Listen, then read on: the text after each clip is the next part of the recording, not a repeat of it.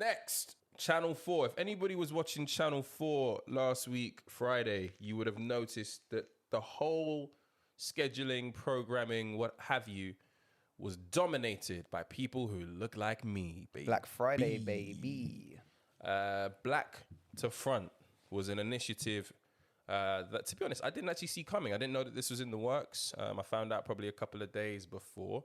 And it's similar to, like, if you've watched that episode of Atlanta, where he basically does the Black Entertainment Network, where it's just like a whole day of just like programming around black people, black issues, black talent, so on and so forth. Channel 4 took it one step further. They did a few things. They revisited and relaunched old classic television programs such as Big Breakfast. Sorry, say that again? They rebooted that. They rebooted Big Breakfast with Mo Gilligan and AJ Adodu.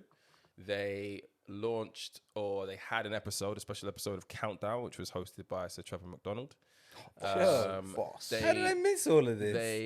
And they had new programs. So there's this new reality program. I think it's a 4-part called High Life, which I think is basically going to be like London's take on like love and hip hop New York, or the Real Housewives type vibe as well. And then they had celebrities from all. They also did Gogglebox. Yeah, so they did things like Celebrity Gogglebox as well. And on the roster throughout the day, so to speak, was people like Mo Gilligan, Maya Jama, Munya Chihuahua. As I said, Sir Trevor McDonald. You had the Black Queens, Zizi Mills, and Yinka Bokini. Just take a moment to yourself there. Need a moment. And essentially, in between the programming was like black adverts. It was promoting black businesses all throughout the day. Now, for me, watching all of this stuff, obviously, you guys know what I do in my professional capacities as well as outside with regards to the black community and so on and so forth. For me, this was, in so many ways, very, very inspirational. And it was just hearty. It felt good, felt great to see. But clearly, there are a lot of people who did not like what they considered to be performative tokenism. We had some pretty outspoken people, but people like comedian London Hughes posted when she found out about this earlier on in the year, don't just give us black to front days just so you can feel better about not including people of color in your TV output for the rest of the year. It's insulting. And now the talented black people who will be chosen for this Black to Front Day will know that it's not to do with their talent, but with a quota or a tick box. If you want to shine a light on black talent, how about just normally booking and hiring more black talent? I am, as a black man, I'm a little bit torn on this. I'm not going to lie. I have pretty strong views that are in line with some of what London Hughes said. I do think that the attack was probably at the wrong body. And when I say body, I mean Channel 4. Because I think in terms of, and you guys can challenge it if you want, I think in terms of progression on TV, I think Channel 4 has probably led that line across. From day. So I think it was a little bit funny that she decided to challenge them. I think the fact that it is people who are all independent superstars in their own right who are being chosen to partner as well kind of lets you know that it isn't necessarily just a box ticking exercise. It is also not just a way to offer handouts. It is in many respects a celebration of great people. Sorry, so you're saying they wouldn't have accepted if they felt it was tokenism? That's to understand what you just said. No, what I'm saying is I think that the fact that they picked people who were already in their own right excellent people, for me, says that it isn't necessarily them offering handouts in a way which is unhealthy. It is actually also a celebration of people who have done very, very well. People who don't necessarily need the Channel 4 check. So I was a little bit torn on it. I do believe that, obviously, a great more needs to be done. And Johnny and myself were having a conversation on Friday about how this extends to like the corporate world and how companies do things in a way that isn't sustainable, it is performative. And the fear around unsustainable changes is that ultimately Mr. White Man in the boardroom is going to turn around and say, actually, we've given these motherfuckers 2 years post George Floyd. Let's now talk about disabled people. Let's now talk about LGBTQ plus a little bit more. Like, the issue is that if you don't have change which is sustainable and it is just tokenism across the board that things don't change. But I wanted to ask you guys what your views are on this, because again, as I said, watching this, it was super, super inspirational, because it wasn't just people who we knew. It was new people who were up and coming. Like ZZ Mills, it was her first big TV prime spot, time TV spot. And anybody who knows ZZ Mills, for example, knows that she's been working hard, independently as well. And she's kept hold of who she is as a person. Her authenticity is just sky high. I feel like we often cheapen some of these amazing moments within our own communities. We cheapen them ourselves instead of being on the side of this is celebration. So yeah, I wanted to see what you guys thought about it, because I'm still a bit torn, I'm not gonna lie. Yeah, I mean, it goes back to a chat we did have on Friday. One thing I would say is big up Channel 4 because, and not just for this one instance, but from Lenny Henry times and Benjamin Zephaniah times and all kinds of OG names that they were putting on telly back in the 90s, right through to the Big Nasty show these days. There is a track record of supporting black talent, as well as actually giving scope to LGBTQ plus talent, to pushing forward Asians and other ethnic and racial minorities. Channel 4 have got credentials in this space. Facts. I think that the brunt of what London Hughes was trying to say, although it seemed to be targeted at Channel 4 just because that's who was topical at the time, was that she finds America a much easier place for people of color to get into mainstream media. And that's been a product of her career. She left, she went to LA, got herself some Netflix shows, and has found that she's been able to get success stateside. What do I think about Black to Front? I didn't watch it. I was busy. I was doing shit. But I'm always happy to hear that these creators are given space and time in the mainstream. But you're right in that it needs to be more sustainable. If Channel 4 just goes back to only having Jimmy Carr doing 8 out of 10 Cats for the rest of its programming, then really have black people won, have black content creators won. We need to see more structural changes. And we've done all these arguments before about white people love black culture but then don't want to pay out, and white people love black culture but they don't want to love black people. They want all of the rhythm but none of the blues. Right. And we've done all these arguments before. But as much as I kind of want to move the conversation away from Channel 4, and it's more about accessibility for minorities and people of color in many spaces outside of the media. But Tommy's going to jump in. Move it away from Channel 4. I'd like to say, firstly, that you guys are bugging. All right. Very good. If there's one channel that has moved and progressed television, it's Channel 5, baby. Is it still on? I don't know, but I remember when I was a youth and they started doing softcore porn. Like after the 10 p.m. watershed. I was like, oh, Jesus. The stuff that's really advancing our people. Yes. Channel 5 after 9. Who was the one black gladiator he was about? Shadow. No, but that was... that was his name was Shadow. Oh, that's problematic. But that was ITV anyway. Why didn't we notice that? Eureka Johnson and that. Yeah. John Fashanu and that. John Fashanu. Come on. Awuga and that. I missed all of this, let's be honest. The lady that you're talking about, Hughes, you said. Right? London Hughes, yeah. Don't know who that is. Comedian. Ah, okay. Inverted commas, just been not funny. I missed the whole Black to Front thing. I caught wind of it basically on Instagram after it had happened, I think. So a lot of this is news to me. But ultimately... But what's your view on it? Like, if you heard a day before or a couple of days before that basically all day Channel 4 were going to be doing programs which are essentially run by, from not just, and by the way, I should have said this, not just the people that you see on screen in terms of all the people in the background, writers, creators, producers, directors, heavily populated by a diverse and it's mainly black demographic. That. Would you like the idea of it going in, or would you be one of cynicism? I let's put it this way, yeah. I was originally a little bit more cynical when I heard you introing it. Yeah, oh, a day, this, that. But I was like, all right. But now that you mentioned that it was everyone like front of camera, but also everyone behind the scenes and all that, it feels probably then a bit better, a bit more than just tokenism, right?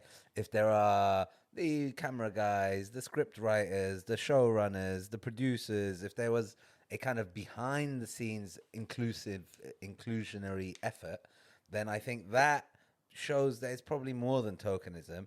And if you're trying to do something like you man were saying, then you shouldn't, like Channel 4 is, then it's pretty harsh for them to catch heat on it.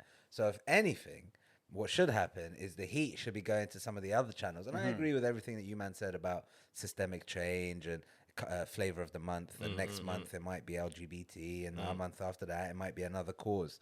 And if there isn't systemic change, then you get a month, you get Black History Month, and you keep it moving, right? So I get all of that systemic chat you, man, are saying, but regardless, rather than having a conversation about tokenism with Channel 4, maybe we should be having a conversation about why there's not more tokenism on some of the other channels. Do you know what I mean? Because these guys are trying to push the boundaries and still catching heat.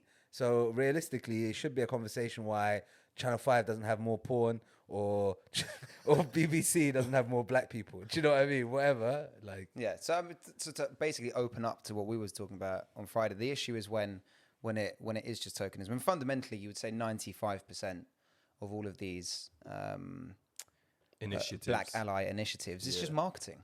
It's marketing spend, right? How can we not either get sued or not lose subscribers, not lose talent to other companies because we're not seen to be hiring enough black people? And I'm still very much a cynic in the corporate world about a lot of this inclusivity and hiring, et cetera, et cetera. Something that we discussed is basically like, we're now talking about black people. We're now talking about black people, and we're talking about black people because George Floyd was pictured on camera being killed, and then the world blew up after that.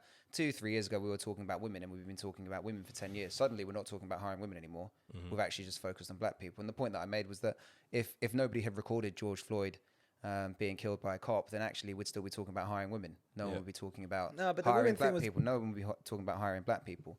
And so as long as these companies are reactionary in their hiring processes, and as long as this remains something that changes and flies with the whims of whichever the media wind is at that moment in time, then this will be tokenism. And until we get more structural changes in terms of the way that people are hired and minorities are treated in the workplace, and people from different backgrounds are hired, then I still will remain a skeptic and a cynic. And I can't say I've seen a lot in corporate practice that would change my mind on that. 100%. I think it's unrealistic to think that it's not going to be reactionary. Everything that businesses do, largely speaking, that's outside of the profit motive is reactionary, right? So this is part of the profit motive. And that's a huge problem. So no, sure, it's a problem, but like when you're talking about like fiduciary duties to shareholders, basically, then if any kind of changes in hiring practices, in company culture, in marketing campaigns, in everything, will be reactionary, because your main aim is sell more of this product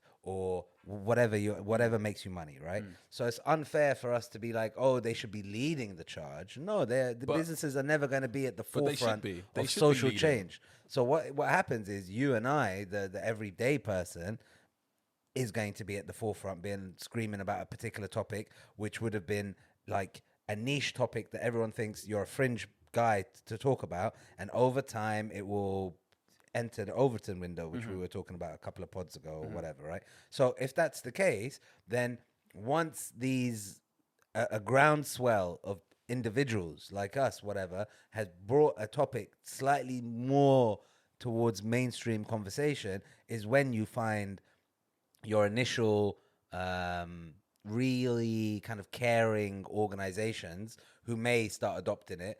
And it's going to be a long time before you get to your FTSE 100 and whatever large blue chip companies to adopt it. Well, the point that I want to make is that a lot of companies, and this is something, again, we've spoken about, two of us, Rich and I specifically, and you in a previous life, have all been involved in hiring processes at the firms that we talk about.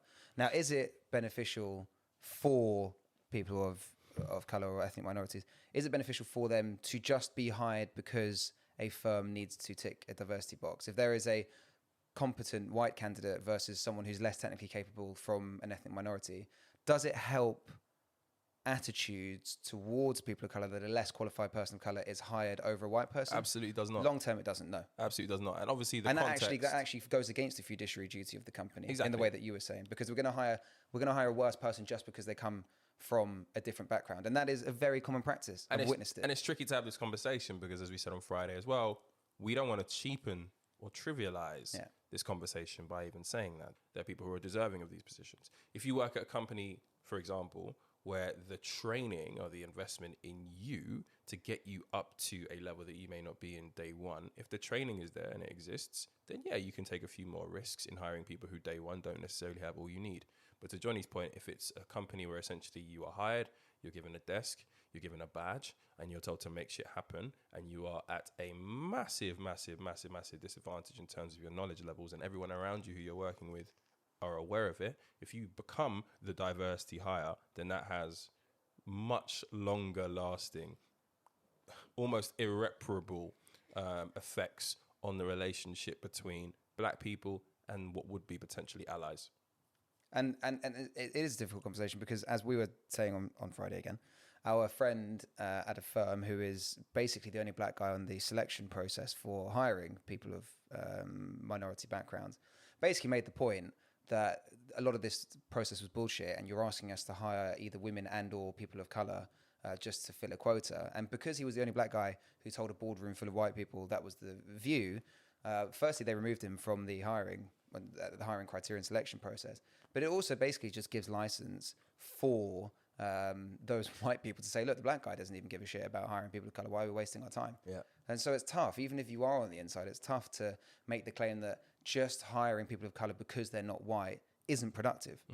I guess what I was asking is, have we seen an uptick Yes. of Yes. really obviously not the better candidate being hired? Yes. Is Yeah. what I'm saying. Because I spent a long I've heard it on time 2 doing a different lot trading of floors. recruitment, Yeah. right? And I didn't see that. And I did recruitment a couple of different companies. Yeah. And I didn't see, I didn't see that. I saw the opposite of what you're talking about in terms of the exclusionary chat, where it's like, it's difficult to say why I can't put this guy through, so I'll use the fit chat.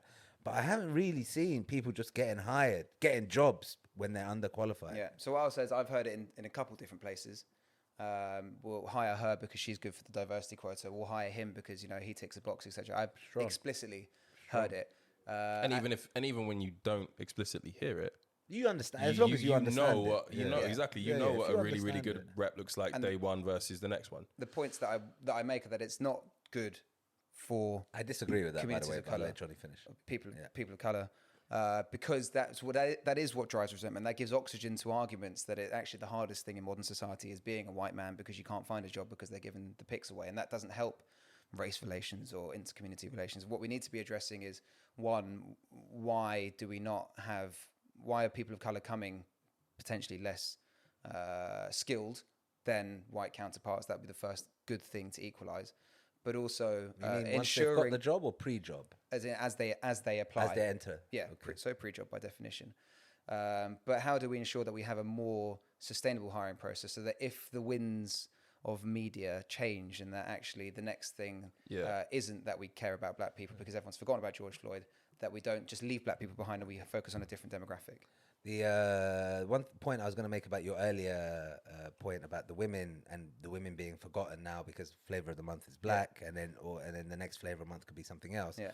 The women, I think there's an advantage to focusing on things for a period of time, right? So there was a focus on gender for a period of time, and then you had basically laws being passed where companies have to reveal their hiring gender pay gaps, and okay, this is not a silver bullet, it doesn't fix everything, but that's the kind of practice that forces, even if it is a box ticking exercise, that forces more women into the kind of workplaces that they're more interested in doing. So if there was then a focus, let's say, on diversity for the next 2 years or 18 months or whatever, and some small legal or whatever changes were to come about from that before we moved on to whatever the next flavor of the month is, then it's not all wasted.